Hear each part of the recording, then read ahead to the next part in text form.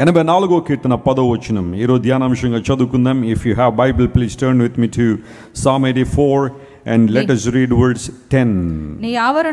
నీ ఆవరణములో ఒక దినము గడుపుట 1000 దినముల కంటే 1000 దినముల కంటే శ్రేష్టము. అందరూ ఈ మాట నాతో చెప్పండి. నీ ఆవరణములో ఒక దినము గడుపుట 1000 దినముల కంటే శ్రేష్టము.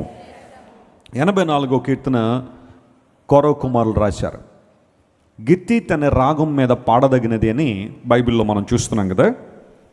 కీర్తనలు పూర్వదినాల్లో వాటిని పాడేవారు. ఇప్పుడు వాటి రాగాలు మనకి తెలియక వాటిని ఏం చేస్తున్నాం చెప్పండి, ఓపిగ్గా చదువుకుంటున్నాం మనం. కానీ పూర్వదినాల్లో వీటిని ఏం చేసేవారు, పాడారు.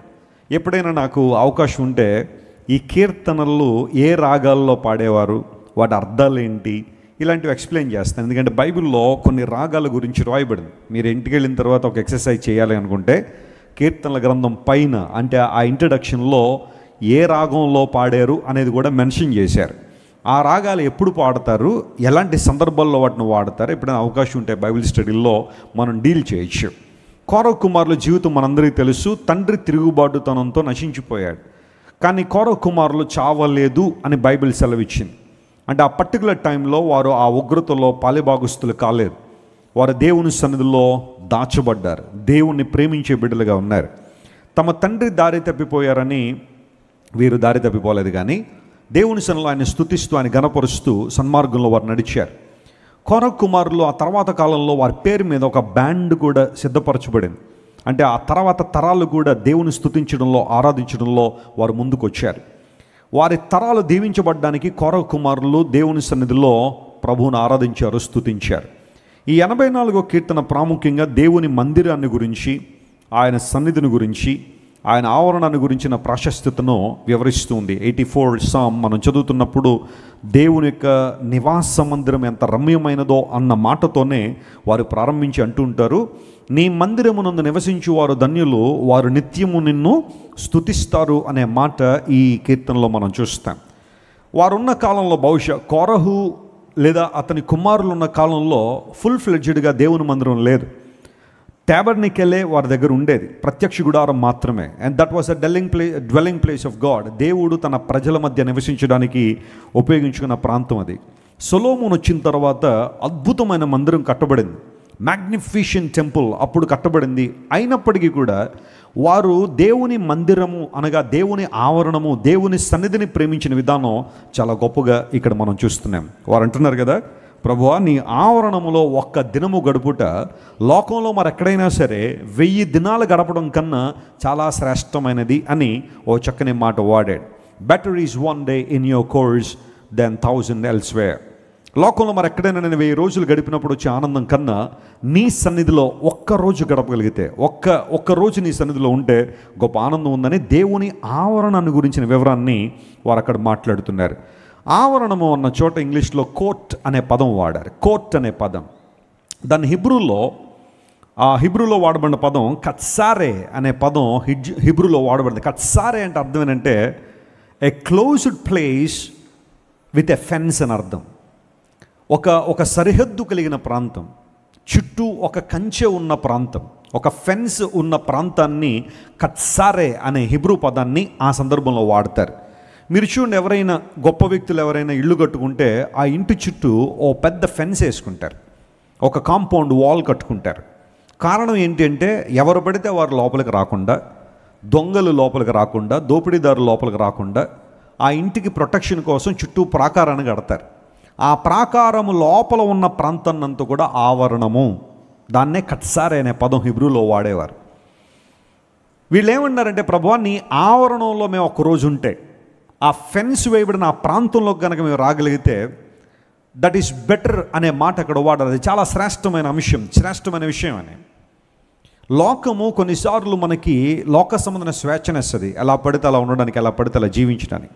కానీ దేవుని దగ్గరికి వచ్చినప్పుడు, దేవుని యొక్క ఫెన్స్లో మనం ఉన్నప్పుడు చుట్టూ దేవుడు మనకు ఒక ప్రాకారం ఉంచాడు.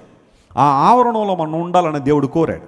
ఆ ఆవరణంలో ఉన్నవారికి భద్రత ఉంది, ఆ ఆవరణంలో ఉన్నవారికి క్షేమం ఉంది, ఆ ఆవరణలో ఉన్నవారికి ప్రశాంతమైన అనుభవాలు ఉన్నాయి. అయితే లోక సంబంధంగా సరిహద్దులు లేని వారికి, ఆవరణలు లేని వారికి భయంకర పరిస్థితుల మధ్య వారు ఉన్నారు. కానీ దేవుని ప్రజలైన కోరహు కుమారులు, ప్రభువా నీ ఆవరణంలో, ఆ క్లోజ్డ్ ఫెన్స్లో మేము ఉండాలని కోరుతున్నామని వాళ్ళు చక్కని ఆశను వ్యక్తం చేశారు.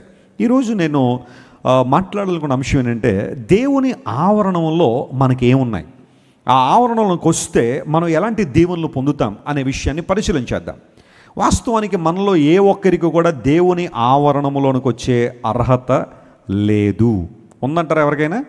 మనలో ఏ ఒక్కరమైనా దేవుని ఆవరణలోనికి ఉచితంగా ప్రవేశించే అర్హత మనకుందా? అంత యోగ్యత మనకుందా? మనలో ఎవరికీ లేదు. ఎందుకంటే దేవుడు పరమ పవిత్రుడు, పరిశుద్ధుడు.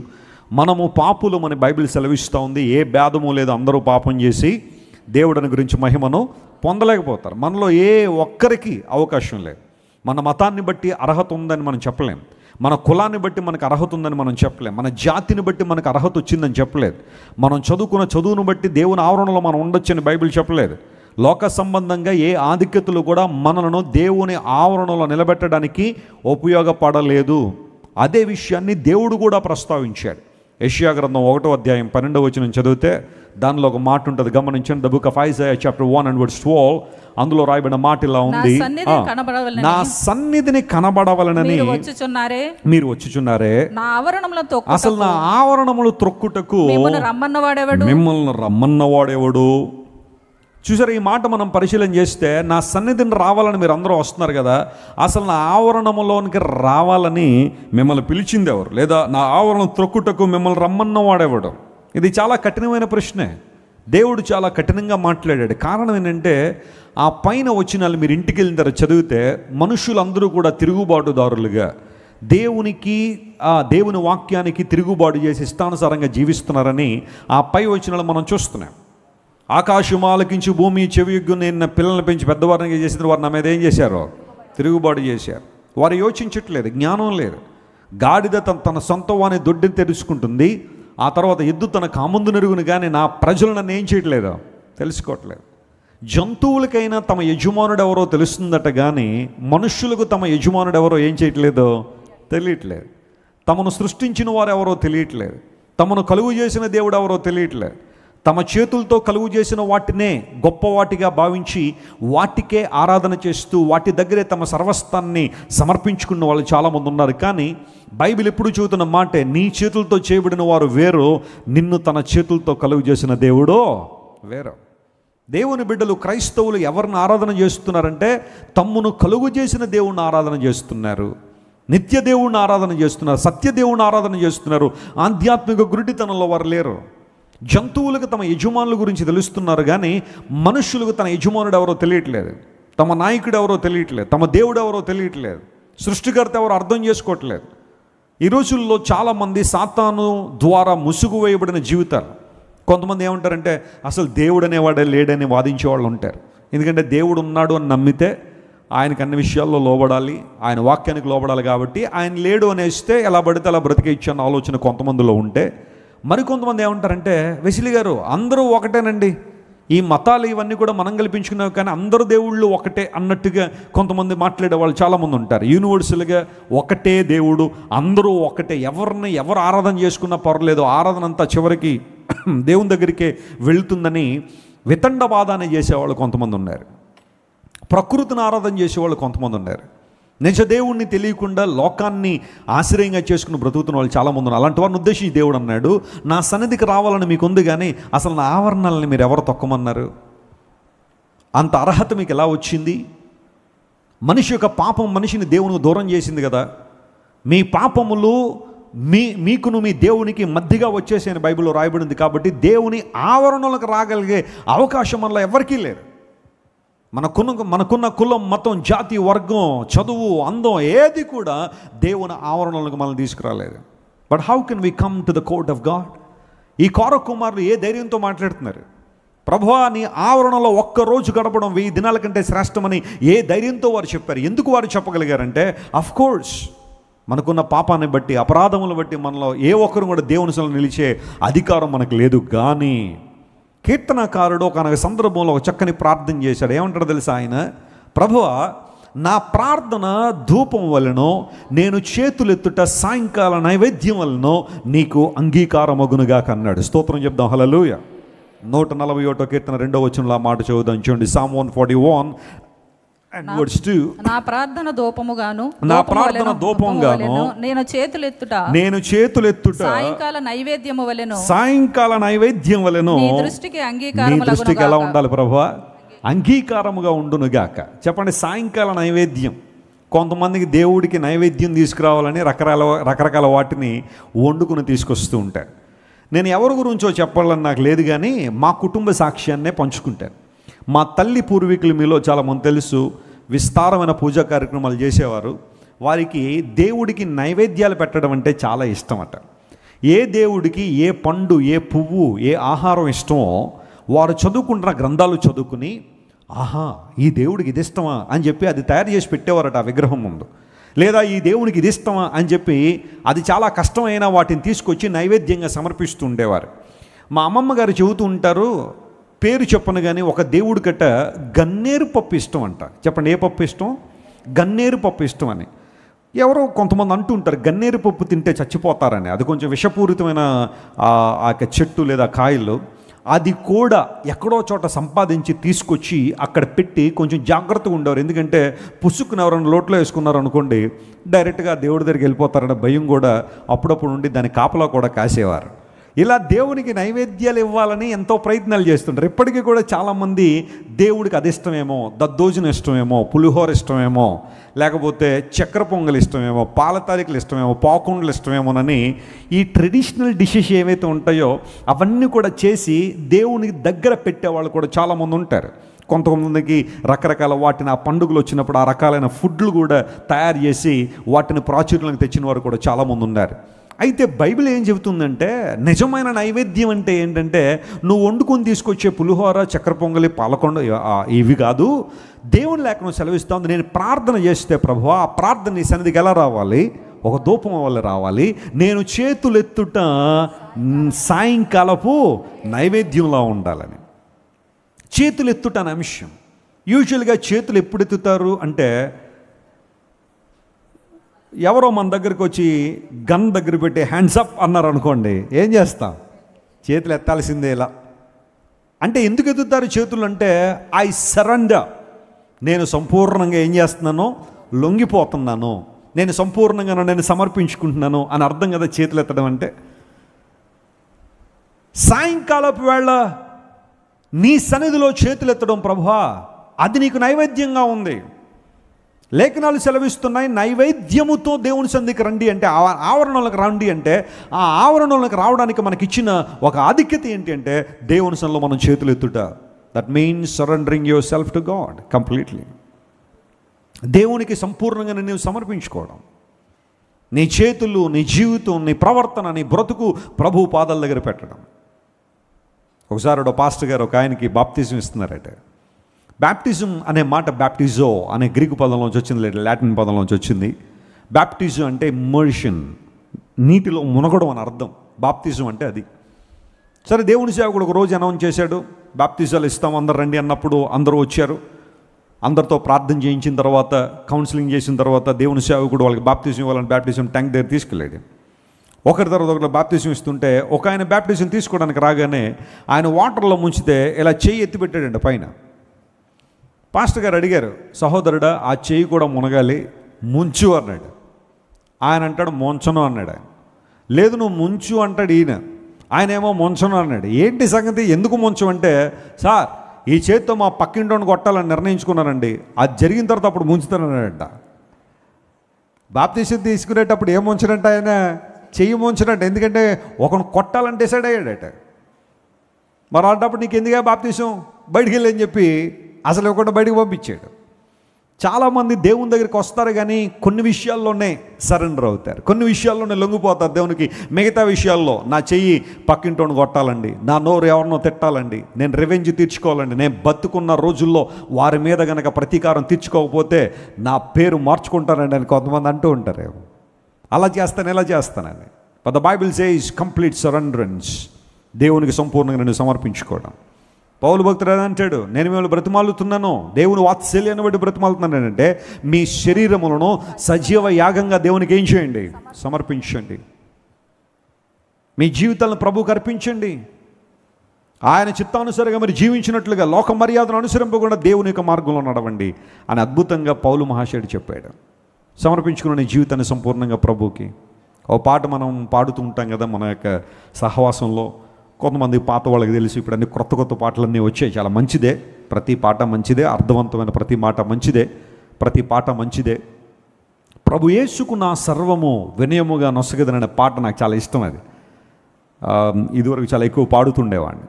ఆ పాటలు ఎంత బాగుంటుందంటే, నా చేతులు దేవునికి సమర్పిస్తాను, నా కాళ్ళను ప్రభువుకి సమర్పిస్తాను, నా దేహాన్ని ప్రభువుకి సమర్పిస్తాను, ఆయన మహిమార్థం వాడబడినట్లుగా నా సమస్తాన్ని ప్రభువుకి ఇస్తాను అనే మాట. సాయంకాలం వేళ చేతులు ఎత్తడం కానీ నువ్వు సంపూర్ణంగా దేవునికి సమర్పించుకున్నప్పుడు దేవుని కార్యాలను చూస్తావు. నా ఆవరణంలోనికి మిమ్మల్ని రమ్మన్న వారు ఎవరు? అయితే ఆవరణలో రావడానికి మనకు యోగ్యతనిచ్చింది ఏంటి అంటే, ప్రభువా సాయంకాలమున నైవేద్యము నీకు అర్పిస్తాను. అందును బట్టి ఇప్పుడు 96వ కీర్తన 8వ వచనం చదివితే, ఇప్పుడు నేను చెప్పిన మాట మీకు బాగా అర్థం అవుతుంది. Psalm 96:8 మనం చదివితే దానిలో కీర్తనకారుడు ఇలా అన్నాడు, యెహోవా నామమునకు తగిన మహిమను ఆయనకు చెల్లించండి, నైవేద్యము తీసుకుని ఆయన ఆవరణంలోనికి రండి. ఎక్కడికి రావాలట? ఆయన ఆవరణం. అంటే ఇప్పుడు చేతులెత్తుట నైవేద్యం అన్నప్పుడు ఆ నైవేద్యంతో ఎక్కడికి రావాలట? మనం దేవుని ఆవరణలోనికి రావాలి. స్తోత్రం చెప్దాం. మనలో ఏ ఒక్కరికి ఆయన ఆవరణలోకి వచ్చే అర్హత లేదు. కానీ ఎప్పుడైతే మనం నైవేద్యం తీసుకుని వస్తామో అప్పుడు దేవుడు ఆవరణలోనికి మనకి ఆహ్వానం ఉంది. ఆ నైవేద్యం ఏంటి అంటే సంపూర్ణంగా మనం సమర్పించుకోవడం.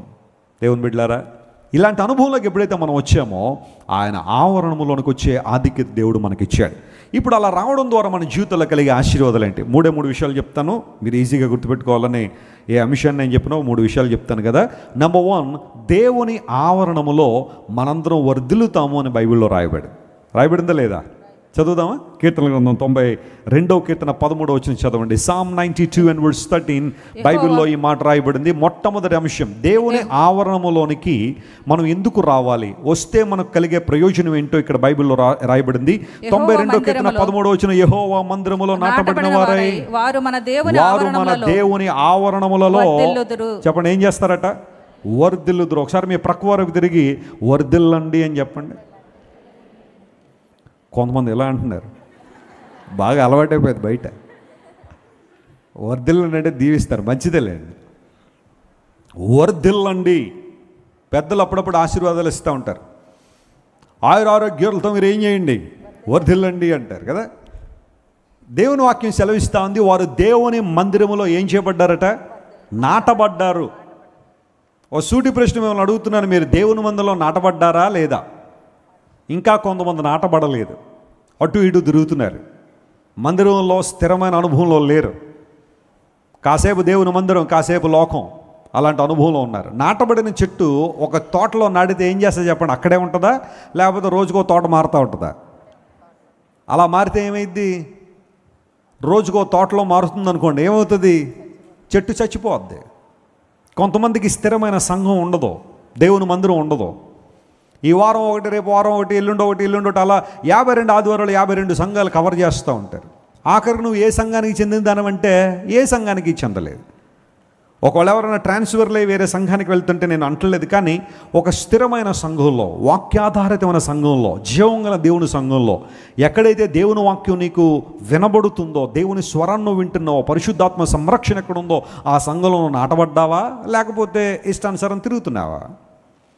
దేవుని మందిలో నాటబడిన అనుభవంలోకి నువ్వు రావాలని ప్రభువు కోరుతున్నాడు.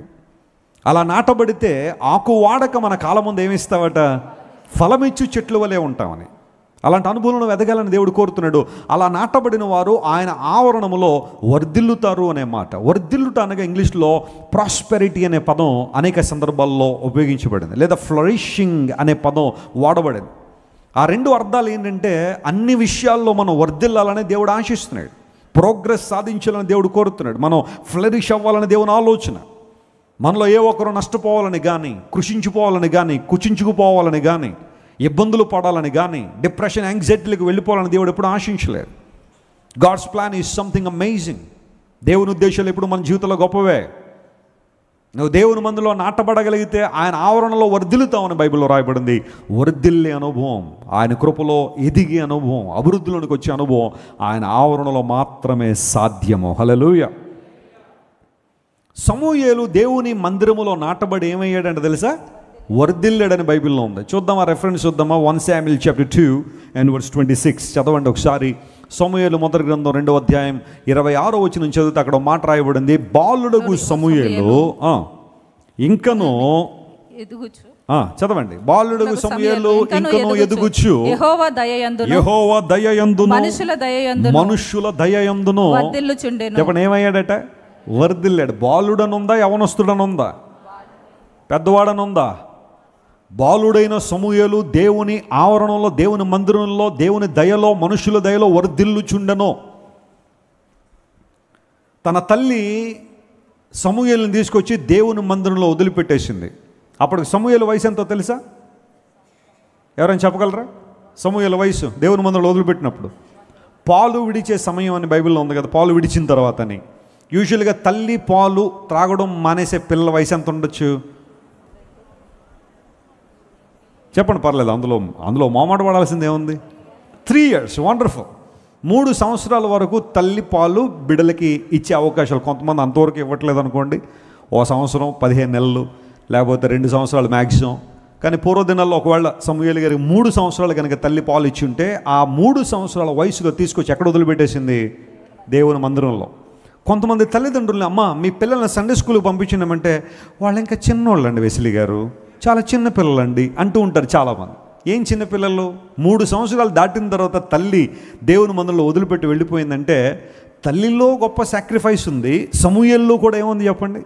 అంతవరకు తల్లి దగ్గర పెరిగిన బిడ్డ కొత్త వాతావరణంలోనూ, కొత్త మనుషుల మధ్య, కొత్త సంస్కృతి మధ్య బ్రతకాలి అంటే సమూయేలు చాలా కష్టపడే ఉండొచ్చు. కానీ తన తల్లి నిర్ణయం మంచిదని గుర్తించిన సమూయేలు చిన్న ప్రాయం నుండే దేవుని మందిరంలో ఎదగడం ప్రారంభించాడు. You know one thing, Samuel heard the voice of the Lord, which was very rare in those times. దేవుని స్వరం వినబడుట చాలా అరుదుగా ఉన్న ఆ సమయాల్లో సమూయేలు ఎవరి స్వరాన్ని విన్నాడు? దేవుని స్వరాన్ని విన్నాడు. కారణం ఏంటంటే సమూయేలు దేవుని ఆవరణంలో ఉన్నాడు, అక్కడున్నాడు కాబట్టి దేవుని స్వరం వినబడింది. దేవుడు సమూయేలుని పిలిచాడు, మాట్లాడాడు. సమూయేలుని దేవుడు అభిషేకించాడు. ఇశ్రాయేలు ప్రజలకు ప్రవక్తగా, నాయకులను అభిషక్తులుగా మార్చగలిగే అధికారాన్ని దేవుడు సమూయేలుకి ఇచ్చాడు. Samuel grew up in the favor of God and the favor of men. వర్ధిల్లాడని బైబిల్లో రాయబడి. ఆ తర్వాత సమూయేలు జీవితాన్ని మీరు పరిశీలన చేయండి. One of the remarkable persons in the Old Testament who anointed kings and priests for God, దేవుని కొరకు రాజులను ప్రవక్తలను అభిషేకించిన గొప్ప అభిషేకాన్ని కలిగిన గొప్ప దైవజనుడిగా సమూయేలు ఉన్నాడు. And he worked as a judge for God's people. దేవుని ప్రజల న్యాయాధిపతిగా కూడా సమూయేలు పనిచేశాడు. అంత ఉన్నతమైన స్థానానికి రావడానికి కారణం ఏంటో తెలుసా? సమూయేలు దేవుని ఆవరణలో నాటబడ్డాడు. ఇంకో మాట మనకి చెప్తాను, సమూయేలు నోటి నుండి ఏదైనా మాట వస్తే అది దేవుని మాటగా భావించేవారట. దేవుని స్తోత్రం చెప్పండి. Hallelujah. Such a credible man of God. ఎంత చక్కని దైవజనుడిగా తను రుజువుపరుచుకున్నాడు. సమూయేలు మాట్లాడితే ఆ మాట ఎవరి మాట? దేవుని మాటగా. అంత ఉన్నతమైన అనుభవాల చేత సమూయేలు నింపబడ్డానికి కారణం ఏంటో తెలుసా? Samuel serve God in the court of God, in the temple of God. దేవుని ఆవరణములో సమూయేలు దేవుని ఆరాధిస్తూ వర్ధిల్లాడని. ఆ సమయంలో, అలాంటి సమయాల్లో పిల్లలు కనుక దేవుని మందిరంలో వదిలిపెడితే పిల్లలు ఏమంటారు?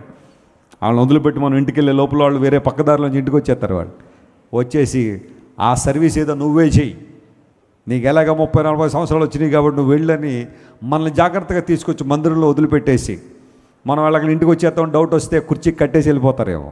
ఈ రోజుల్లో ఉన్న పిల్లలు అలా ఉన్నారు.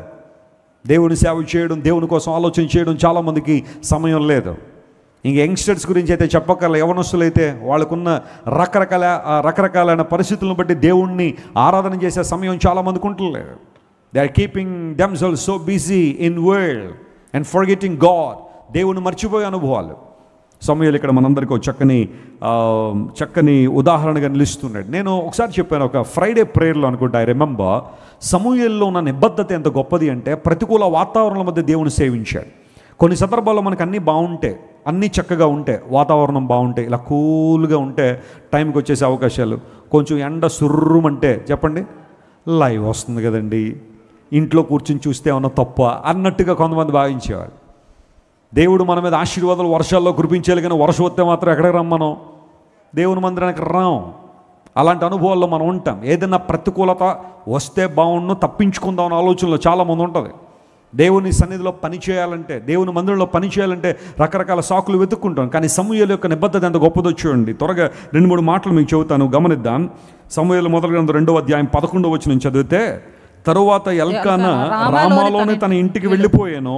అయితే బాలుడు యాజకుడైన ఏలి ఎదుట దేవుని ఎదుట ఏం చేస్తున్నాడు? పరిశీలన చేస్తున్నాడు. బాబు సమూయేలు, నువ్వు లోపల పని చేయ, నేను బయట ఉంటాను, మోరల్ సపోర్ట్ ఇస్తాను నీకు అన్నాడు ఆ తండ్రి. He left home. కుమారుని దిగబెట్టి తండ్రి వెళ్ళిపోయాడట. ఆ సందర్భంలో సమూయేలు ఒక్కడే దేవుని మందిరంలో ఉండి సేవ చేయడానికి ఎంత మోటివేషన్ కావాలి, తను తాను ఎంత పట్టించుకునే పరిస్థితిలో లేక పుట్టానో, మా అమ్మకి నన్ను తీసుకొచ్చి ఇక్కడ దిగబెట్టేస్తారని గొడవ చేయాల్సిన సమూయేలు తన చుట్టూ తల్లి తండ్రి ఎవరు లేకపోయినా దేవుని మందిరంలో నిబద్ధతతో పనిచేశాడు. స్తోత్రం చెప్పండి, హల్లెలూయా. సమూయేలు దేవుని చేతిలో బలంగా వాడబడ్డాడంటే చిన్న విషయం కాదు, ఏదో మాట్లాడుకునే విషయం కాదు అది. చిన్నప్పుడే సమూయేలు మనసులో పడిన ఒక అద్భుతం ఏంటో తెలుసా? నా చుట్టూ ఎవరున్నా లేకపోయినా నేను మాత్రం దేవుడిని ఏం చేస్తానో? సేవిస్తానని. ఆ తర్వాత అదే సమూయేలు మొదటి గ్రంథం 2వ అధ్యాయం 21వ వచనం చదవండి ఒకసారి. 21. యెహోవా హన్నాను దర్శింపగా ఆమె గర్భవతి అయి ముగ్గురు కుమారులను, ఆ తర్వాత ముగ్గురు కొడుకులు, ఇద్దరు కుమార్తెలను కనెను. అయితే బాలుడగు సమూయేలు యెహోవా సన్నిధిలో ఉండి ఎదుగుచుండెను. స్తోత్రం చెప్పండి. This is the second obstacle లేదా సెకండ్ టెంప్టేషన్ ఏంటో తెలుసా?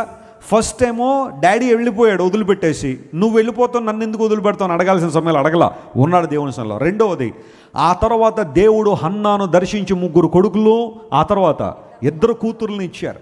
అయినప్పటికీ సమూయేలు దేవుని సన్నిధిలో ఉండి ఏం చేశాడట?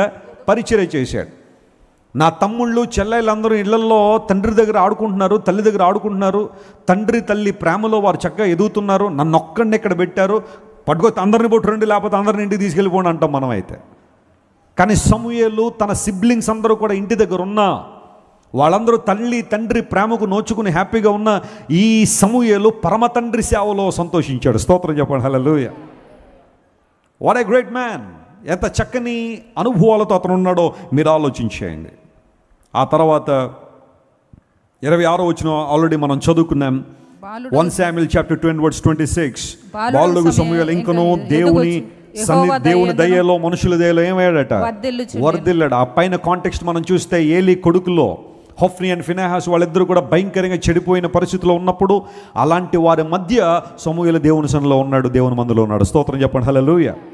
ఏలీ కుమారులు చెడిపోయారు, నేను ఎందుకు ఇక్కడ ఉండాలని అనుకోలేదు, కానీ దేవుని సన్నిధిలో ఉండి సమూయేలు దేవుని సన్నిధిలో కనిపెట్టి ప్రార్థన చేశాడు, ఆయన సేవించాడు. కుటుంబం దూరంగా ఉన్న, సిబ్లింగ్స్ దూరంగా ఉన్న, అతని చుట్టూ ఉన్న పరిస్థితులన్నీ పాడైపోతున్నా కానీ సమూయేలు దేవుని సన్నిధిలో ఉన్నాడు కాబట్టి బలమైన సాధనంగా దేవుని చేతిలో వాడబడ్డాడు. నమ్మిన వారు స్తోత్రం చెప్పండి, హల్లెలూయా. వర్ధిల్లాడట. తన దేవుని ఆవరణలో నుండి వారు వర్ధిల్లుతారని బైబిల్లో రాయబడిందిగా మనం కూడా దేవునిలో వర్ధిల్లాలని దేవుడు ఆశిస్తున్నాడు. భక్తుడైన యోహాను గాయకు రాస్తూ అంటాడు, మీరు ఆత్మలో వర్ధిల్లుచున్న ప్రకారము అన్ని విషయాలు మీరేం చేయాలి? వర్ధిల్లాలని. చెప్పండి, మొదట వర్ధిల్లడం అనేది ఎక్కడ జరగాలట? మన ఆత్మలో జరగాలి. మన ఇన్నర్ బీయింగ్ వర్ధిల్లాలి. మన ఆత్మలో వర్ధిల్లితే అన్ని విషయాల్లో వర్ధిల్లడానికి దేవుడు సహాయం చేస్తాడు. ఈ రోజుల్లో పరిస్థితి ఎలా ఉందంటే ఆత్మీయ వర్ధిల్లే అనుభవాన్ని గురించి ఎవరు పట్టించుకోవట్లేదు. కానీ యేసు బ్రదర్కి వస్తే మాకు ఇది జరుగుద్దా అండి, అది జరుగుద్దా అండి, కేవలం భౌతికమైన విషయాల కోసమే ప్రభువును వెంబడించాలనే ఆశ చాలా మందిలో. వారి ఉద్దేశాలు ఎలా ఉంటాయంటే యేసు బ్రదర్కి వచ్చినప్పుడు ఒక రోగం తగ్గిపోతే ఆయన దేవుడిని నమ్ముదాం, లేకపోతే ఇంకొకళ్ళు ఎవరైనా అక్కడ తగ్గుతున్నట్టు అక్కడ పరిగెడదామని చెప్పి లోక సంబంధం రీతిలో చాలామంది యేసు ప్రభుని ఒక ఆప్షన్గానే చూస్తున్నారు, కానీ యేసు ప్రభుని ప్రయారిటీగా చాలామంది చూడలేదు. You should not treat God as an option. He is your priority, he is your soul priority.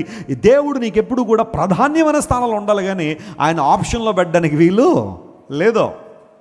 ఒక కోర్టు కేసు పోతేనే దేవుణ్ణి అంగీకరిస్తాను, లేదా మాకు రావాల్సిన డబ్బులు వస్తేనే యేసు ప్రభులో పవర్ ఉందని నమ్ముతాను, మాకు ఈ రోగం పోతేనే యేసు ప్రభు దేవుడిని విశ్వసిస్తాం, అలా కాకపోతే ఆయన దేవుడు కాదన్నట్టుగా వ్యవహరించేవాళ్ళు మాట్లాడేవాళ్ళు చాలామంది ఉన్నారు. కానీ బైబిల్ సెలవిస్తూ ఉంది, మొదట నీ సోల్ గనక ప్రాస్పర్ అయితే, నీ ఆత్మ గనక వర్ధిల్లితే అన్ని విషయాల్లో దేవుడిని ఏం చేస్తాడట? ఆయన వర్ధిల్లింప చేస్తాడు.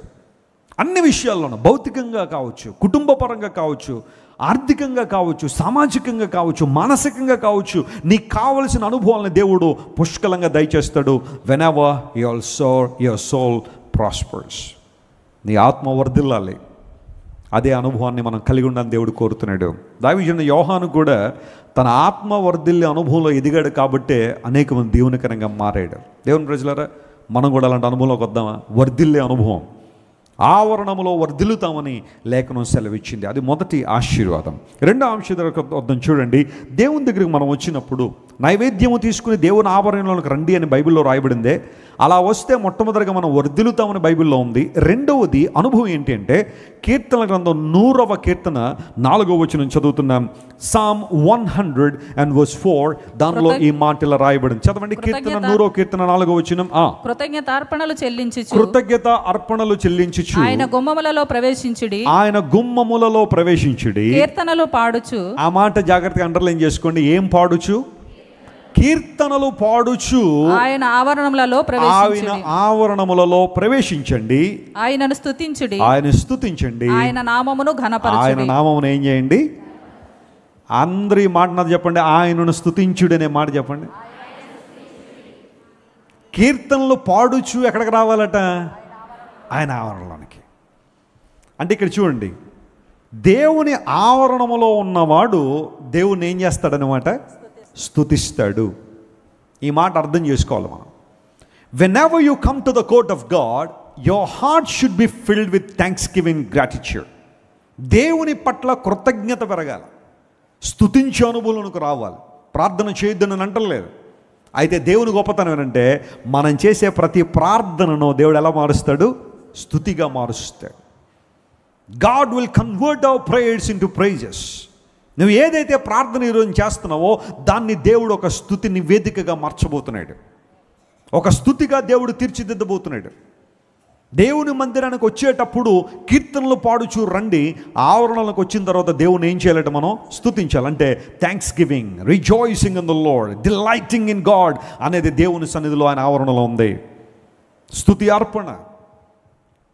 స్తుతించడానికి కొన్ని ఆపోజిట్ వర్డ్స్ కనుక మనం తీసుకుంటే అందులో మొట్టమొదటి వర్డ్ ఏంటో తెలుసా? స్తుతికి వ్యతిరేక పదం ఏంటో తెలుసా? Complaining.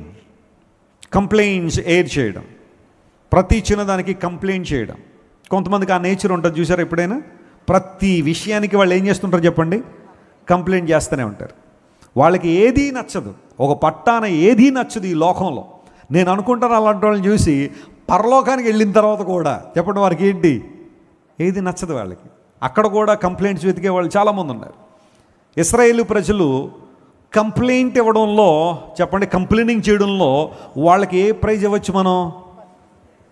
First prize, Nobel prize ఇచ్చేసి వాళ్ళు కదా. ప్రతి చిన్నదానికి ఏం చేసేవారు వాళ్ళు?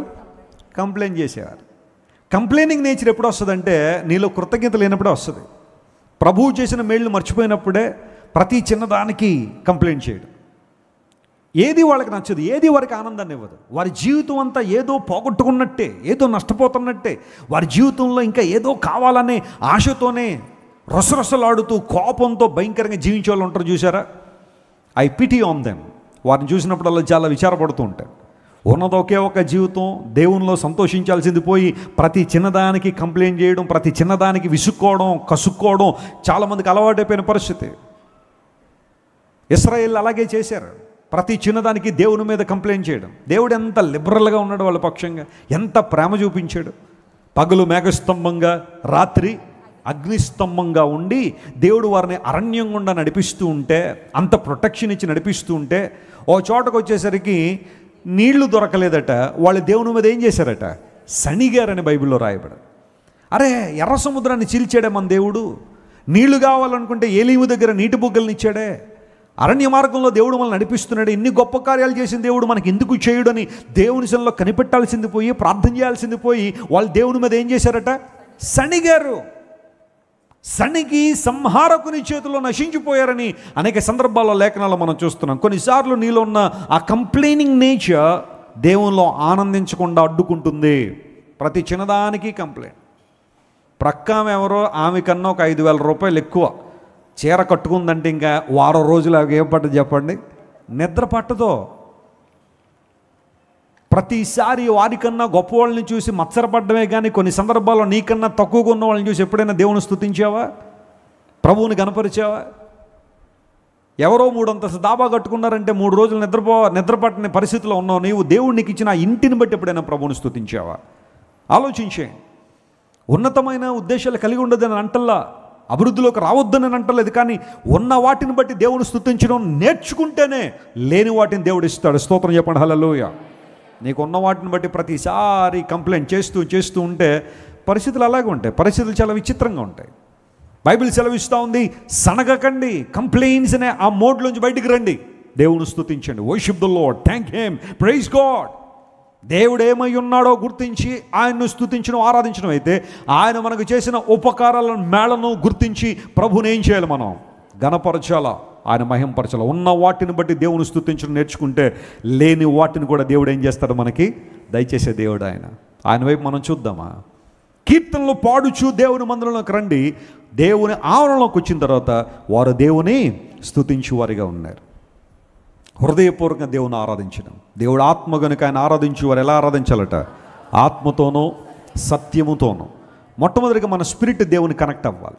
ఆ తర్వాత మన శరీరంతో కూడా దేవుని ఆరాధన చేస్తాం. మన చేతులు ఎత్తడం, చప్పట్లు కొట్టడం, నాట్యం ఆడడం, మన స్వరం ఎత్తి దేవుని ఆరాధించడం, ఇవన్నీ కూడా అద్భుతమైన విషయాలే. కానీ అన్నిటికన్నా ప్రాముఖ్యంగా మన లోపల ఉన్న ఆత్మ దేవునితో కనెక్ట్ అయ్యి కృతజ్ఞత అర్పణతో దేవుని సన్నిధిలో మనం రాగలిగితే, that's the most valuable thing and valuable offering that you can offer to God.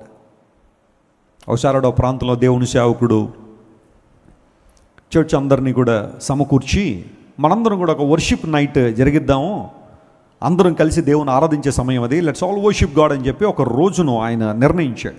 ఆ రోజు కాన్ఫరెన్స్ పెట్టుకుందామని. సరే, సంఘం అంతా ఏకీభించారు. పాస్టర్ గారు ఎలాంటి అలా చేద్దామన్నారు. They were waiting for the day. అయితే ఆ వర్షిప్ నైట్ జరగడానికి ఒక 3 రోజుల ముందు అనుకోని పరిస్థితుల్లో ఆ సేవకుడు ఎవరైతే ఆ కాన్ఫరెన్స్ జరిగించాలని లేదా వర్షిప్ నైట్ జరిగించాలని నిర్ణయించాడో ఆ దేవుని సేవకుడు ఒక యాక్సిడెంట్లో చనిపోతాడు. చాలా విచారకరమైన విషయం. ఆ మరుసటి రోజు అతను తీసుకెళ్ళి ఫ్యూనరల్ కార్యక్రమంలో అందరూ పాల్గొన్నారు. ఫ్యూనరల్ అయిపోయిన తర్వాత ఒక చిన్న ఆర్గ్యుమెంట్ వచ్చింది. దేవుని సేవకుడు అన్నాడు కదా వర్షిప్ నైట్ అని, చేద్దాం వద్దని. కొంతమంది వద్దన్నారు, కొంతమంది కావాలన్నారు. ఎట్టకేలకు నిర్ణయం తీసుకున్నారు, జరిగిద్దామని నిర్ణయం తీసుకున్న తర్వాత ఆ ఆడిటోరియంలో చాలామంది వచ్చేసారు, దేవుని ప్రజలందరూ కూడా. వెంటనే కాయర్ వచ్చారు, సింగింగ్ టీం వచ్చారు. కాయర్ చాలా చక్కగా సిద్ధపడి వచ్చారు. ఎందుకంటే ఆ ప్రిపరేషన్స్, రిహార్సల్ అన్నీ కూడా ముందే అయిపోయినాయి కాబట్టి ఆ రిహార్సల్స్లో పాల్గొన్న వాళ్ళందరూ కూడా వచ్చారు. కాయర్ అంతా కూడా చక్కగా దేవదూతల్లా తయారు, వాళ్ళు కూడా వేదికెక్కారు. అందరూ దేవుని ఆరాధన చేస్తున్నారు. చర్చ్ అంతా మారుమవుతుంది. ఆ మ్యూజిక్, ఆ తర్వాత లైటింగ్, అక్కడున్న సౌండ్ సిస్టమ్, ఆ చర్చ్ అంతా కూడా ఒక మాటలో చెప్ప రీసౌండ్ వస్తూ ఉంది. అంత అద్భుతంగా ఆరాధన జరుగుతుంటే చాలామంది వచ్చి అనుకున్నారు, wow, this is an amazing meeting, this is an amazing conference అని అందరూ అనుకున్న సమయంలో పరలోకంలో పైన ఈ పాస్టర్ గారు దేవుని అడుగుతున్నాడు, ప్రభువా, సంఘం ఆరాధన చేసినప్పుడు నువ్వు ఎలాగైతే దాన్ని రిసీవ్ చేసుకుంటావో కాసేపు నాకు కూడా ఆ అవకాశం ఈ ప్రభు. అసలు మా సంఘంలో ఎంతమంది వచ్చారు, అందరూ నిన్ను ఆరాధన చేస్తుంటే కొంచెం నేను కూడా దాన్ని ఫీల్ అవ్వాలనుకుంటున్నాను, చూడాలనుకుంటున్నాను, నన్ను కూడా నీ ప్రక్కన కూర్చోబెట్టి కొంచెం అవకాశం అన్నాడు.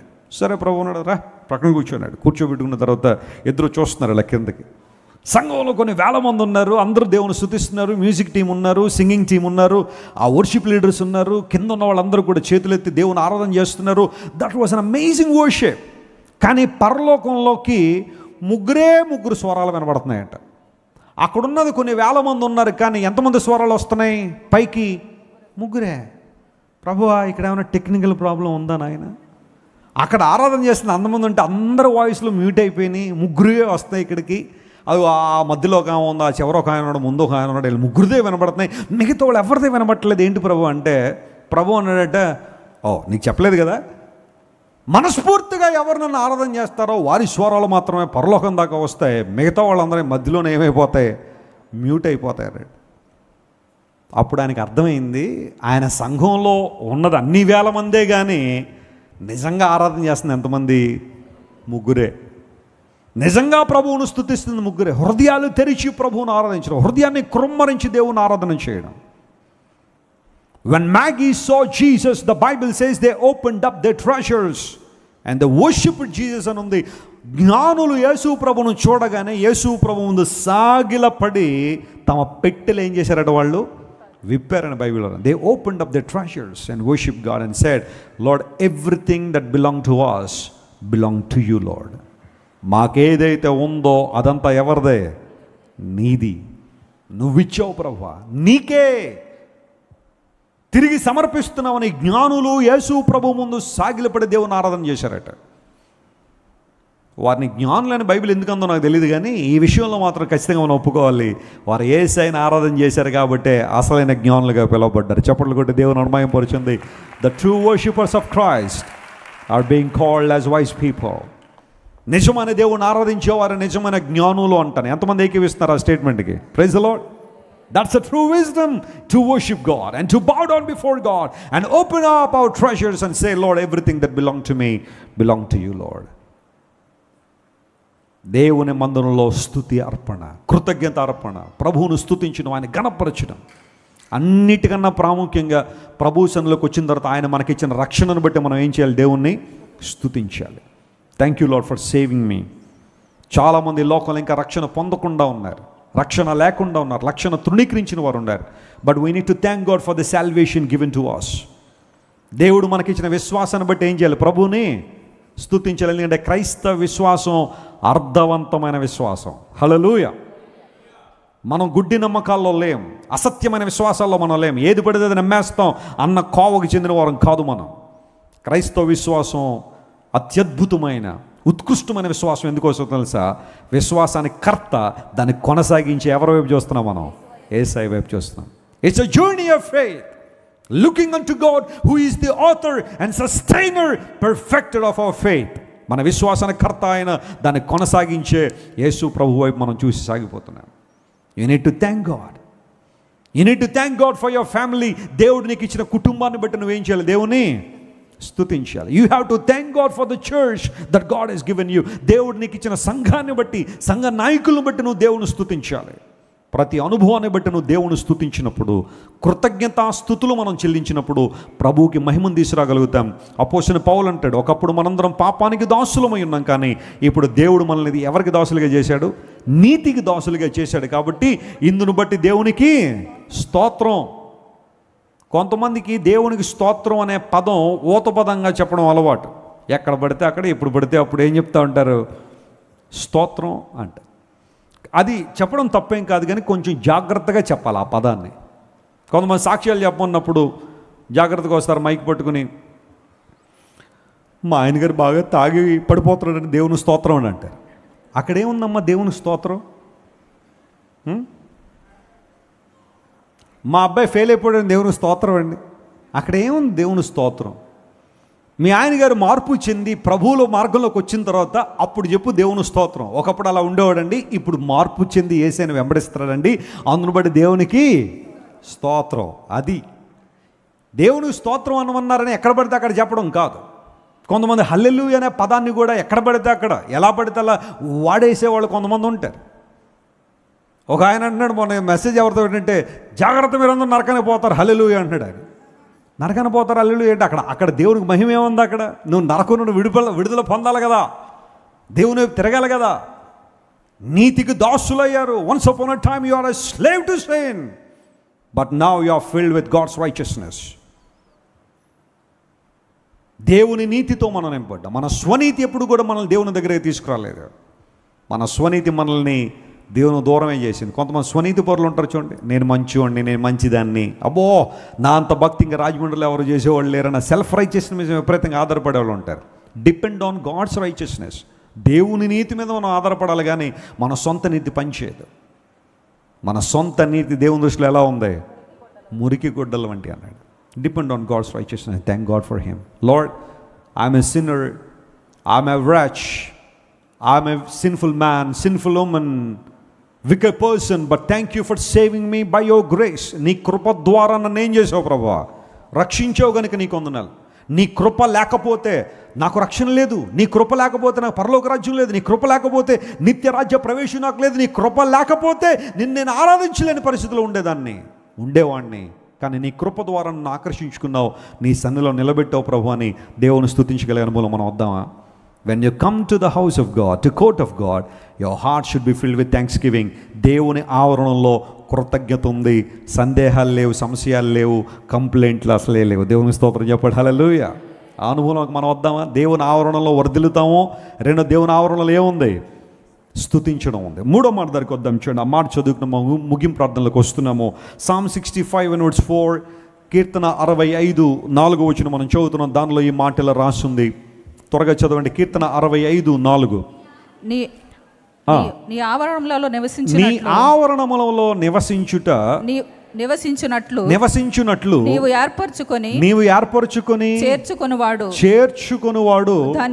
ధన్యుడు. నీ పరిశుద్ధ ఆలయము చేత నీ మందిరములోని మేలు చేత మేము తృప్తి పొందేదము. మేమేం పొందుతున్నాము?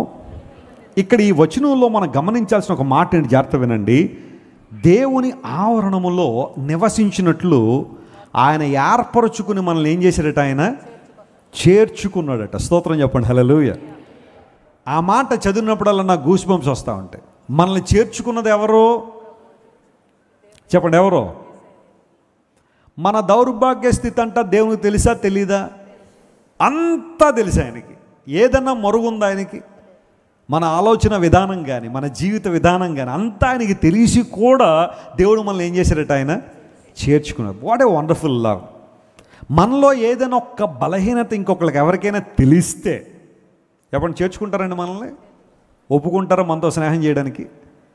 ఎంత దూరం పెట్టాలనుకుంటారో అంత దూరం పెడతారు. ఎందుకోసం? నువ్వు అలాంటి వాడివి, నువ్వు ఇలాంటి దానివి అని దూరం పెట్టే సమాజంలో నీ గురించి అంతా తెలిసిన, ఏ దాపరికం లేకుండా, ఏ మరుగు లేకుండా నీ జీవితం అంతా ప్రభువుకు తెలిసిన ఆయన మనల్ని ఏం చేశారట చెప్పండి? చేర్చుకున్నాడట. అది దేవుని ప్రేమ. మనుషుల ప్రేమలు చాలా చిత్రంగా ఉంటాయి, కానీ దేవుని ప్రేమ ఎప్పుడు కూడా శాశ్వతమైంది. ఆ ప్రేమ మనల్ని చేర్చుకునే ప్రేమను బైబిల్లో రాయబడింది. నీ ఆవరణములో నివసించినట్లుగా నువ్వు ఏర్పాటు చేసుకున్నావు. ఆ తర్వాత మమ్మల్ని ఏం చేశావు? చేర్చుకున్నావు. హీ రిసీవ్డ్ us అనే మాట అక్కడ చదువుతున్న ప్రతిసారి మనం దేవుని స్తుతించాలి. ప్రభువా, నన్ను చేర్చుకున్న ప్రేమనేదయ్యా, నన్ను చేర్చుకున్న ప్రేమనేది. లోకంలో బహుశా ఎవరు నేను చేర్చుకోవట్లేదేమో.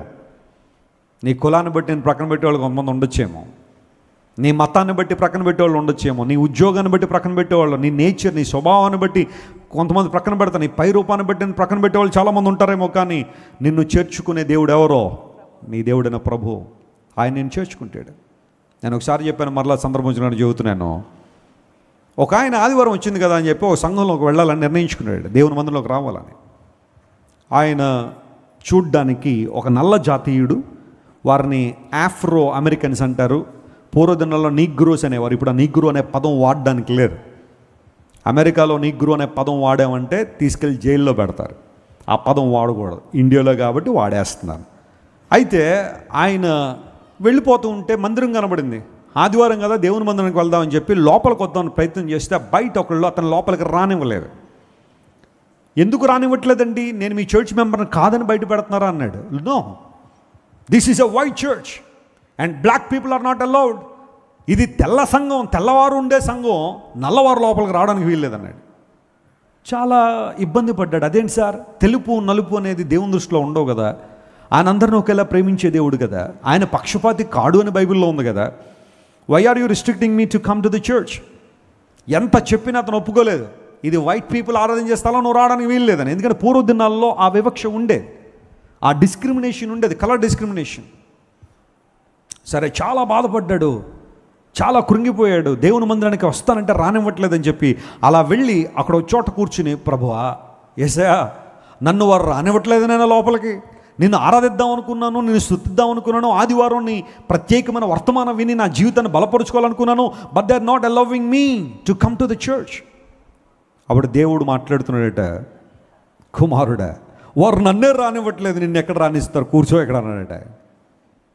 నిన్ను కూడా రానివ్వట్లేదని ఆయన, వాళ్ళ ఆచారాలతో కట్టుబాట్లతో నన్నే రానివ్వట్లేదు వాళ్ళ లోపలికి, ఇంక నీలాంటి వాడిని ఏం రానిస్తారు, నువ్వేం బాధపడగలడు ప్రభు. కొన్నిసార్లు కొంతమందిని చేర్చుకోవడం మనకి ఇష్టం కాకపోవచ్చు. వారి యొక్క దేహదారుఢ్యాన్ని బట్టి, రూపాన్ని బట్టి, వారి యొక్క పరిస్థితులను బట్టి దూరం పెడతా ఉంటాం, అసహించుకుంటూ ఉంటాం, భయంకర పరిస్థితుల మధ్య నెట్టివేయబడుతూ ఉంటారు. యేసుక్రీస్తు ప్రభు ఒక గుడ్డివాని కన్నులు తెరిచితే ఆ గుడ్డివాని వెలివేశారట యూదులందరూ కూడా. ఎందుకోసం తెలుసా? యేసు ప్రభు నిన్ను స్వస్థపరిచాడు అన్న ఒక్క విధానంలో ఎవరు నిన్ను స్వస్థపరిచారు? అతడు యేసు ప్రభు గురించి మాట్లాడుతుంటే వాళ్ళకి చాలా ఇబ్బంది అయింది, కోపం వచ్చింది. ఆ మాట చెప్పకుండా ఉంటే బాగుండన్నట్టుగానే ప్రవర్తించారు. వాళ్ళ అమ్మ నాన్న కూడా పిలిచారు, బాబు ఏంటి సంగతి, ఎవరు కన్నులు తెరిచారని. వాళ్ళు కూడా మౌనం అయిపోయారు. ఆఖరికి ఆ వ్యక్తిని వెలివేశారని బైబిల్లో రాయబడింది.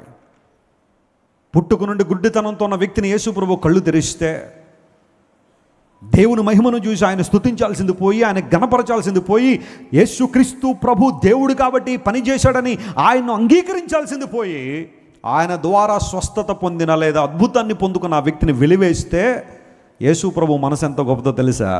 ఆ వెలివేయబడిన వాడిని కనుగొని వెళ్ళి కౌగలించుకున్నాడట. గట్టిగా చప్పట్లు కొట్టి దేవుని మహిమపరచండి. What a mission of God! Yesukristu ప్రభు మనసు ఎంత గొప్పదో చూడండి. వెలివేయబడిన వ్యక్తిని కనుగొని అతన్ని చేరదీసి ధైర్యపరిచి ఆ వ్యక్తిని పంపించాడు. యేసయ్య అంత ఉన్నతమైన హృదయాన్ని కలిగి ఉన్నప్పుడు మనం ఎందుకు కొన్నిసార్లు మనకున్న గర్వాన్ని బట్టి, మనకున్న అహంభావాన్ని బట్టి, మనకున్న వాటిని బట్టి ఎందుకు ద్వేషిస్తున్నాం, ఎందుకు తక్కువగా చూస్తున్నాం అనేక మందిని? దేవుని ప్రేమను ప్రకటించే సమయం ఇది కాదా? యేసయ్య మనల్ని ఏం చేశాడట? ఆయన చేర్చుకున్నాడట. మన దౌర్భాగ్య స్థితి అంతా ఆయనకి తెలిసినప్పటికీ కూడా ఆయన హక్కును చేర్చుకుని మనల్ని ప్రేమించిన దేవుడు. హీ రిసీవ్డ్ అస్. ఒకళ్ళు ఎవ్వరూ నేను చేర్చుకోవట్లేదా? అందరూ నేను తిరస్కరించారా, చేదరించుకున్నారా, అసహించుకున్నారా? నువ్వేం బాధపడద్దు, నువ్వేం ఆధైర్యపడద్దు. Jesus loves you so much. ఆయన ప్రేమకు నీ జీవితాన్ని కనెక్ట్ చేసుకోగలిగితే ఆయన నేను బలపరిచి నడిపించే దేవుడు. త్వరగా కొన్ని విషయాలు నేను చెప్తాను చూడండి. కొరింథీయులకు రాసిన 2వ పత్రిక 6వ అధ్యాయం దగ్గరికి రండి. ఒక్క 2 రిఫరెన్స్లు మాత్రం చూపించిన ఆ సందేశాన్ని ముగిస్తాను, సమయం అయిపోయింది. 2 కొరింథియన్స్ చాప్టర్ 6 దగ్గరికి వస్తే పౌలు మహాశయుడు చాలా విషయాలు అక్కడ రాసుకుంటూ వస్తూ ఆ తర్వాత దానిలో చివరి మాట దగ్గరికి వచ్చేద్దాం. 16 నుండి 18 అంతా కలిసే ఉన్నాయి కదా, ఆ భాగాన్ని మీరు పరిశీలించి నేను చివరిలో ఒక మాట నేను చదువుతాను, దానిలో గమనించండి. మరియు నేను మిమ్మును ఏం చేస్తాను? చేర్చుకుందును, మీకు తండ్రినయ్యుందును, మీరు నాకు కుమారులను కుమార్తెలనయ్యుందురని సర్వశక్తిగల ప్రభువు. చెప్పండి, ఎవరు చెప్తున్నారట? సర్వశక్తిగల ప్రభువు చెబుతున్నాడు. ఈయన ఆర్డినరీ కాదు, ఈయన సామాన్యమైన వ్యక్తి కాదు. He is almighty, El Shaddai. ఈయన చెబుతున్న మాట, నేను మిమ్మును చేర్చుకుందును, నేను మీకు ఎలా ఉంటాను? తండ్రినై ఉంటాను. Praise the Lord. భౌతిక తండ్రులు కొన్నిసార్లు కొంతమందిని ఇబ్బందులు పెట్టచ్చు, పట్టించుకోకుండా వదిలిపెట్టేయచ్చేమో, కానీ పరమ తండ్రి మనల్ని ఏం చేయలేదు? విడిచిపెట్టాడు, విడిచిపెట్టలేదు కూడా. ఆయన మహిమగల తండ్రి మనల్ని చేర్చుకుంటాడు అని బైబిల్లో రాయబడింది. ఆ తర్వాత లూకా సువార్త 9వ అధ్యాయం 11వ వచనం దగ్గరికి రండి. అక్కడ కూడా ఒక సందర్భాన్ని మీకు జ్ఞాపకం చేసి నేను ముందుకెళ్తాను. లూకా సువార్త 9వ అధ్యాయం 11వ వచనంలో ఒక సందర్భాన్ని మనం చూస్తున్నాం. జనసమూహములు అది తెలుసుకొని ఆయనను వెంబడింపగా ఆయన వారిని చేర్చుకొని, ఆ మాట అండర్లైన్ చేసుకోండి, ఆయన వారిని ఏం చేసుకున్నాడట? చేర్చుకుని దేవుని రాజ్యమును గూర్చి వారితో మాట్లాడుచు స్వస్థత కావలసిన వారిని స్వస్థపరచును. స్తోత్రం చెప్దాం. ఎంతమందికి స్వస్థత కావాలి ఈరోజు? Praise Lord. కావలసిన వారికి దేవుడు ఏమి ఇచ్చాడట? స్వస్థ ఇచ్చాడట. If you desire it, God gives you. నువ్వు కోరుకున్న దాన్ని దేవునికి దయచేస్తాడు. వారికి స్వస్థత కావాలని అడిగారట ప్రభువా. We want to be healed, we want to be made well. దేవుడు వారిని చేర్చుకొని మొట్టమొదటిగా దేవుని రాజ్యమును గురించి వారితో ఏం చేశాడట? ఆయన మాట్లాడు. అది ప్రయారిటీ. యేసు ప్రభు యొక్క విధానాన్ని గమనిస్తే ఆయన ఎప్పుడూ కూడా ఫస్ట్ ప్లేస్లో ఏమి ఉంచాడంటే సువార్త ఉంచారు. ఆ తర్వాత మిగతావన్నీ హీలింగ్స్ కావచ్చు, డెలివరెన్స్ కావచ్చు, మిరక్కల్స్ కావచ్చు, అద్భుతాలు అవన్నీ తర్వాత. మొట్టమొదటి స్థానంలో ఏముంది? దేవుని రాజ్యాన్ని గురించి మాట్లాడుతూ. ఈరోజు చాలామంది ఇవన్నీ పట్టుకొచ్చి మొదట పెట్టి చివరి ఏం పెడుతున్నారు? తీసుకెళ్ళి దేవుని సువార్త. అది కూడా చెప్దాం లేకపోతే లేదన్న ఆలోచనలో. Gospel is priority. దేవుని సువార్త ప్రకటించిన యేసయ్య యొక్క ఆలోచన. ఆయన వారిని ఏం చేశారని చెప్పండి? చేర్చుకొని. జన సమూహములు యేసయ్యను వెంబడించారు. ఆ కాలంలో శాస్త్రులు, పరిశీలందరూ యేసుప్రభును విమర్శిస్తూ విస్తారంగా ఇబ్బంది పెడుతున్న ఆ సమయంలో సామాన్యమైన ప్రజలు యేసుప్రభు చుట్టూ చేరి, lord speak to us, talk to us about the Kingdom of God. దేవుని రాజ్యాన్ని గురించి మాతో మాట్లాడని కోరుకున్న ప్రతి ఒక్కరికి దేవుని మాటలు అందించడం మాత్రం కాకుండా వారిని స్వస్థపరిచి పంపించాడు. యేసయ్య వారిని ఏం చేశారట? ఆయన చేర్చుకున్నాడని. దేవుని ప్రజలారా, ఆవరణములో, దేవుని మందిరములో ఆయన నేను చేర్చుకునేవాడై ఉన్నాడు. పూర్వదినాల్లో మన భారతదేశంలో చాలా భయంకరమైన కార్యాలు జరిగేవి. నేను అవన్నీ ఎక్కువ చెబితే కొంతమంది బాధపడతారు, కానీ కొన్ని విషయాలని చెప్పబోతే ఈ కాన్సెప్ట్కి న్యాయం చేసినట్టు కాదు. దేవుణ్ణి ఆరాధించాలంటే ఒక స్టేటస్ ఉండాలి. దేవునికి సంబంధించిన పుస్తకాలు చదవాలంటే ఒక స్టేటస్ ఉండాలి. ఆ స్టేటస్ లేకుండా లేదా ఆ స్థాయికి చెందకుండా ఎవరైనా దేవుడికి, అంటే వారు అనుకుంటున్న దేవుళ్ళకి సంబంధించిన పుస్తకాలు ఏమైనా చదివితే చెవిలో సీసం పోసేవారు. ఎందుకు పోయాలి సీసం అంటే, వీళ్ళు సామాన్యులు, వీరు ఒక వర్గానికి చెందినవారు, వీరు దేవుడు మాటలు వినడానికి వీల్లేదు, మేమేం చెప్తే అది వినాలా, మాకేం కావాలంటే అది చేయాలి, కానీ వారు స్ట్రైట్గా దేవుని మాటలు వినడానికి లేదని వారి చెవుల్లో సీసం పోసేవారు. మన భారతదేశంలో జరిగిన సంఘటన. కొంతమంది రోడ్ల మీద నడవాలంటే అందరిలాగా స్వేచ్ఛ ఉండేది కాదు. వెనుక వారికి ఒక తాటేకు కట్టేవారు. ఎందుకు అంటే వారు నడుస్తూ ఉంటే వారి పాదముద్రలు రోడ్డు మీద పడితే ఆ పాదముద్రలు చెరిగిపోవాలి. వెంటనే చెరిగిపోకపోతే మరి ఎవరైనా వెళ్ళి ఆ పాదాల్లో, ఆ అడుగుజాడల్లో కనుక నడిస్తే వారు కూడా మైలపడిపోతారు అన్న ఆలోచనలో వెనక తాటేకు కట్టేవారు. వారు మాట్లాడుతుంటే వారి నోట నుండి తుంపర్లా ఉన్న ఎగిరిపడి ఇతరుల మీద పడితే అది కూడా ఇబ్బంది అని చెప్పి మూతికి ఒక ముంత కట్టేవారు. మూతికి ముంత వెనకాల ఒక తాటేకు కట్టి రోడ్ల మీద నడిపించేవారు. స్త్రీలు చాలామంది పూర్తిగా వస్త్రాలు వేసుకోవడానికి కూడా పరిస్థితులు కల్పించేవారు కాదు. వారు ఈ ఊరు దాటి బయటికి వెళ్ళాలి అంటే కొన్ని అసభ్యమైన కార్యాలు చేస్తేనే కానీ వారిని బయటికి పంపించేవారు కాదు. ఇలా ఒక వర్గం వారిని లేదా కొంతమంది ప్రజలను వారు కేవలం ఒక అనుభవంలోంచి వచ్చారని చెప్పి భయంకరంగా అణగదొరికి వారు ఎవరిని కూడా దేవుణ్ణి ఆరాధించడానికి కానీ వారికి సంబంధించిన మత సంబంధమైన కార్యక్రమంలో పాల్గొనిచ్చేవారు కాదు. At that precious moment God's people came to India. దేవుని ప్రజలు, మిషనరీలు దేవుని సువార్తను వారు పట్టుకుని దేవుని సందుకు వచ్చి ఇదే మాట, దేవుడు మిమ్మల్ని చేర్చుకుంటున్నాడు, ఆయనకి ఏ విధమైన భేదాభిప్రాయాలు లేవు, ఆయనకి ఏ విధమైన తారతమ్యాలు లేవు, ఆయనకి ఏ విధమైన డిఫరెన్స్లు లేవు, ఆయన అందరినీ ఒకే రీతిగా ప్రేమిస్తున్నాడు, మీరు కూడా దేవుని ఆరాధన చేయొచ్చు, మీరు కూడా దేవుని స్తుతించవచ్చు, మీరు కూడా దేవుని మాటలు వినొచ్చు, మీరు కూడా రక్షణ పొందొచ్చు, మీరు కూడా దేవుని తండ్రి అని పిలవచ్చని దేవుని సువార్తను వారి హృదయాల్లో ఎప్పుడైతే నాటారో అనేక మంది దేవుని ప్రేమను తెలుసుకుని ప్రభు కృపలో వర్ధిల్లి ఈ రోజున దేవుని బిడ్డలుగా తరతరాలుగా జీవిస్తున్నారు. దేవుని మన స్తోత్రం చెప్పండి. హల్లెలూయా. మతాలు మనిషిని దూరం పెట్టాయి. నీ స్థాయిని బట్టి లేదా నీ మతాన్ని బట్టి నువ్వు దేవునికి ఇంతవరకు రావాలి, అంతకు మించి రావడానికి వీల్లేదని మతాలు మనుషుల మధ్య విద్వేషాలు రెచ్చగొట్టి మతాలు మనుషుల మధ్య గోడలు నిలబెట్టి ప్రాకారాలు నిలబెడితే నా యేసు శిలువలో ప్రతి ప్రాకారాన్ని పడగొట్టేశాడు. దేవుని నామమున స్తోత్రం కలుగును గాక. Everyone can come to Jesus and worship him and honour him and call him అబ్బా ఫాదర్. ప్రతి ఒక్కరూ దేవుని దగ్గరికి రావచ్చు, ఆయన దగ్గరికి వచ్చి ఆయన ఆరాధన చేయొచ్చు, ఆయన స్తుతించవచ్చు. ఇది చేర్చుకోవడం కాదా?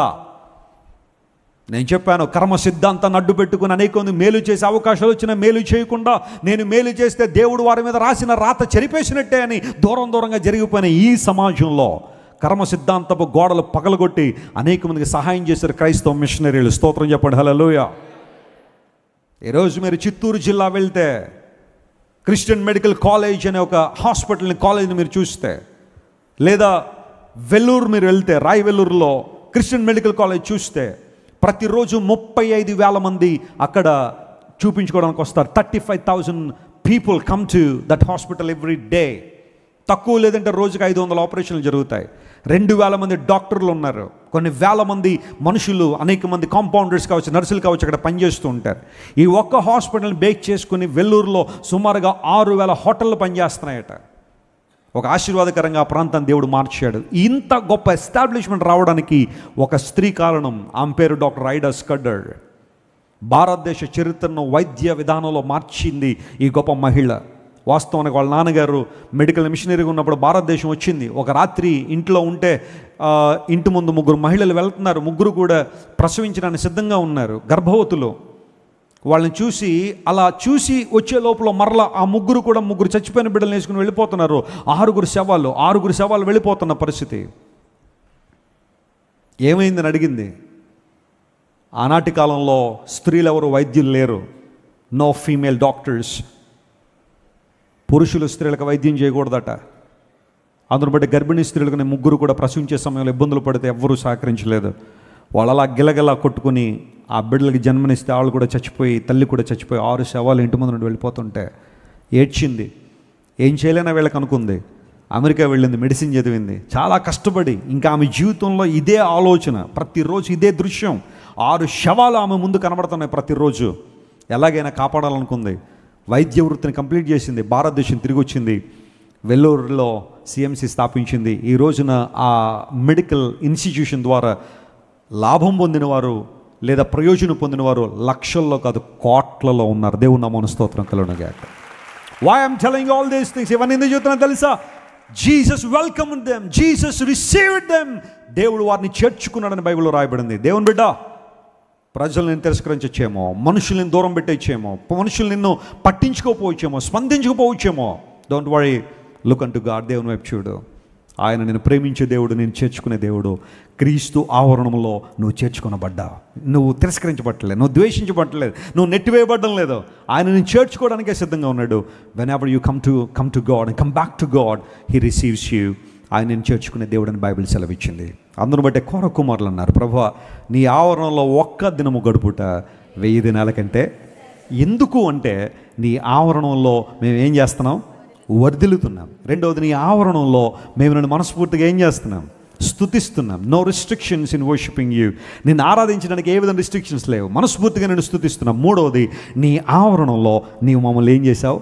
చేర్చుకున్నావు. లోకం మమ్మల్ని తిరస్కరించవచ్చు, లోకం మమ్మల్ని నిందించవచ్చు, లోకం మమ్మల్ని త్రోసివేయచ్చు, లోకం మా మీద నిందలు వేయచ్చు, అవమానకరంగా మాట్లాడచ్చు, ఇష్టానుసారంగా ట్రీట్ చేయొచ్చు. కానీ Lord, we are welcomed and we are received in your presence, in your court. నీ ఆవరణలో మాత్రం మా అందరికీ ఏముంది? నువ్వు చేర్చుకునే అనుభవంలో మేము ఉన్నాం కాబట్టి నీకు స్తోత్రం అని ప్రతి ఒక్కరు దేవుని స్తుతిద్దాం. అలాంటి కృప దేవుడు మనకు దయచేయనుగాక.